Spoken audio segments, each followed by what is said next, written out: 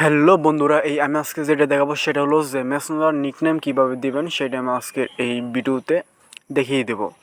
এই যে এখানে আপনি যে নামটা দেখতেছেন এটা কিন্তু নিকনেম, এটা কোনো ফেসবুক আইডির নাম নয়, এটা নিকনেম দিয়ে রাখছি। তবে এত সুন্দর করে এটা কীভাবে দিতে হয় নিকনেম সেটা আমি আজকের এই ভিডিওতে দেখিয়ে দেবো। তবে একই সাথে দেখাবো এই যে ব্যাকগ্রাউন্ডে যে একটা ফিল্টার দেখতেছেন, এই যে এটা কীভাবে দিতে হয়।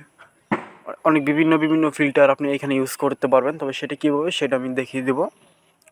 তো এটা করতে আপনার প্রথমত যেটা যেটা করতে হবে সেটা হলো যে আপনি যে আইডির নিকনেম দিবেন ওই আইডির ভিতরে ঢুকবেন। ওকে, ঢোকার পর প্রোফাইলটা দেখবেন এরকম সাদা থাকবো, এই যে এরকম সাদা থাকবো।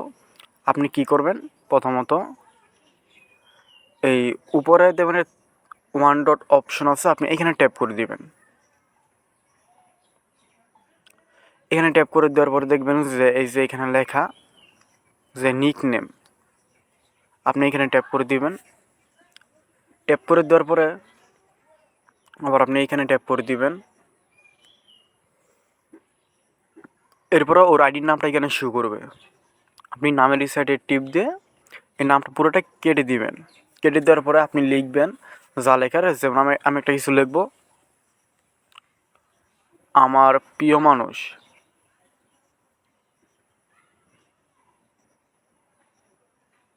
আপনি এবার লিখে নেবেন। ওকে, দেওয়ার পর আবার শেষে একটা ইমোজি দিয়ে দিবেন। এরকম ইমোজি দিয়ে দিবেন, তো দেখতে অনেকটা সুন্দর লাগবে। ওকে, এরপরে সেট, এই সেট আপনি এখানে ট্যাপ করে দিবেন। এই যে দেখুন এখন কিন্তু আমাদের নিকনেমটা হয়ে গেছে। দেখুন এখানে আপনি একটু ওয়েট করবেন। নিকনেমটা দেওয়ার পর আবার কী করবেন, এই যে এখানে ট্যাপ করবেন।